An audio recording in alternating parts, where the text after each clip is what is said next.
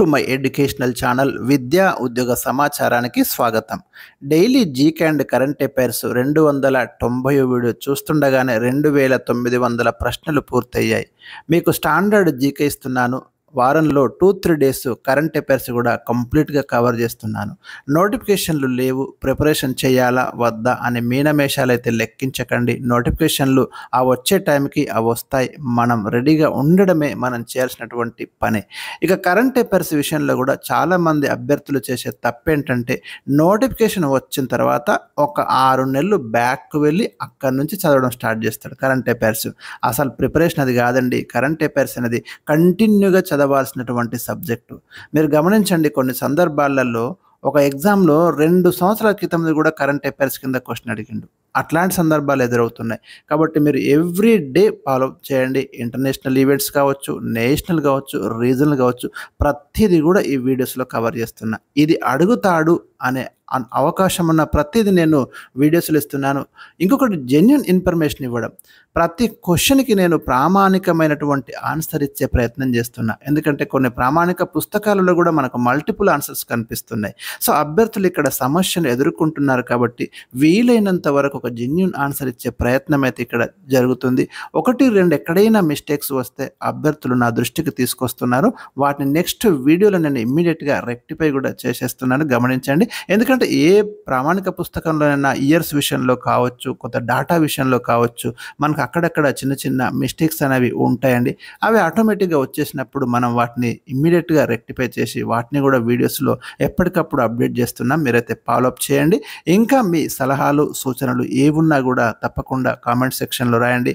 వీడియోస్ని ఎంత బాగా మీరు ఉపయోగించుకోగలిగితే అంత మంచి నోట్స్ అయితే మీకు ప్రిపేర్ అవుతుంది. ఖచ్చితంగా ప్రతిరోజు ఒక 10 ప్రశ్నలు నేను ఇచ్చేది, మీరు 10 ప్రశ్నలే రాయండి. బ్రహ్మాండమైనటువంటి నోట్స్ అయితే తయారవుతుందండి.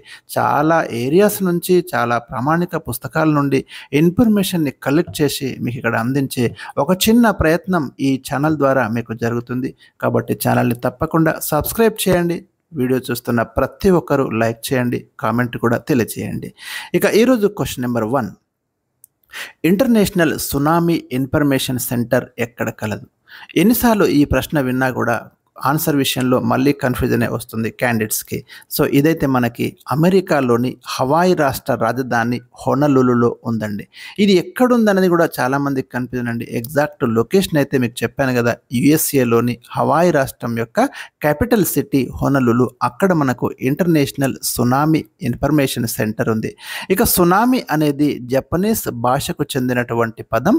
సముద్రాలలో వచ్చే భూకంపాలను మనం సునామీ అని పేర్కొంటున్నాం. క్వశ్చన్ నెంబర్ 2, బంగారం లాంటి విలువైన ఆభరణాలకి ఇచ్చే అధికారిక గుర్తింపును ఏమని పేర్కొంటున్నారు?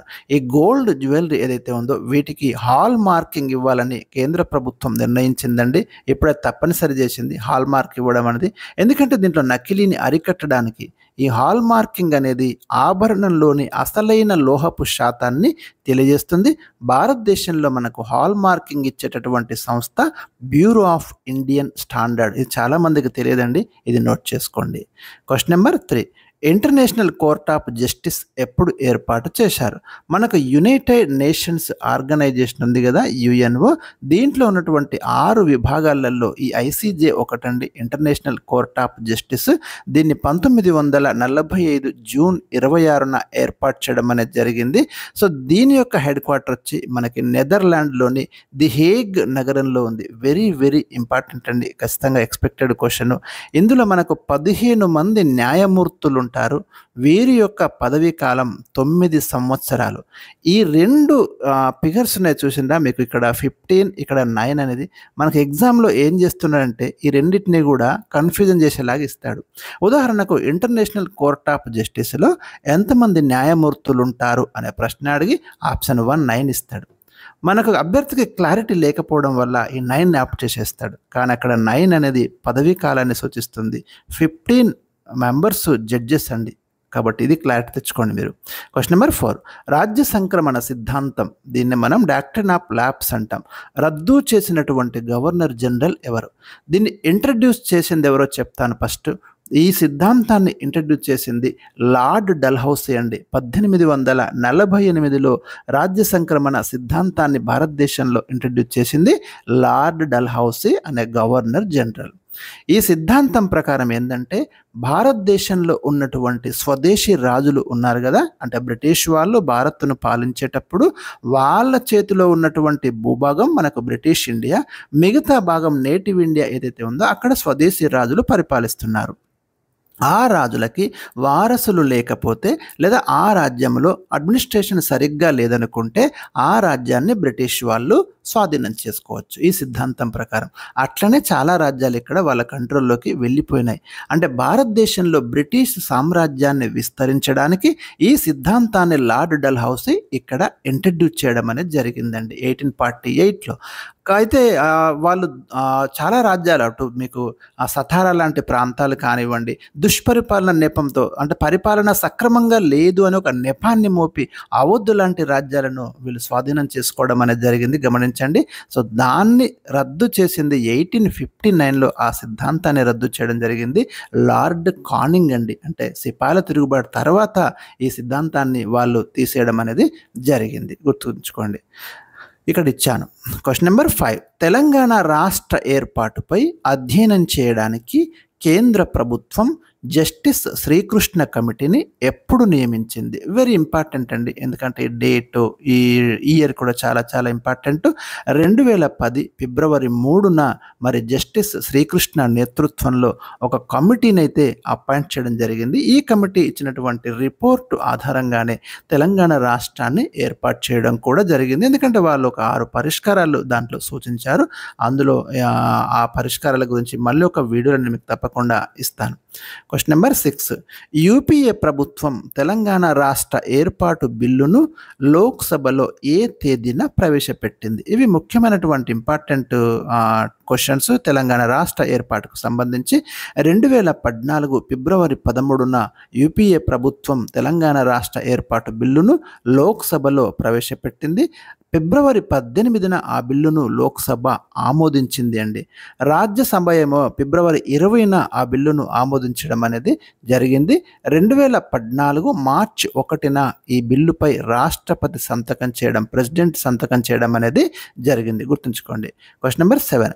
దక్షిణ అమెరికా ఖండంలోని దేశాల మధ్య స్వేచ్ఛ వాణిజ్యం కొరకు, దీన్ని మనం ఫ్రీ ట్రేడ్ అంటాము, స్వేచ్ఛ వాణిజ్యం కొరకు ఏర్పాటు చేసిన సంస్థ ఏది? సౌత్ అమెరికా కాంటినెంట్లో ఉన్నటువంటి కంట్రీస్ ఏవైతే ఉన్నాయో వాటి మధ్య ఈ టారిఫ్స్ సుంకాలు తక్కువగా ఉండడము ఇలాంటి కండిషన్స్ ఉంటాయి స్వేచ్ఛ వాణిజ్యంలో.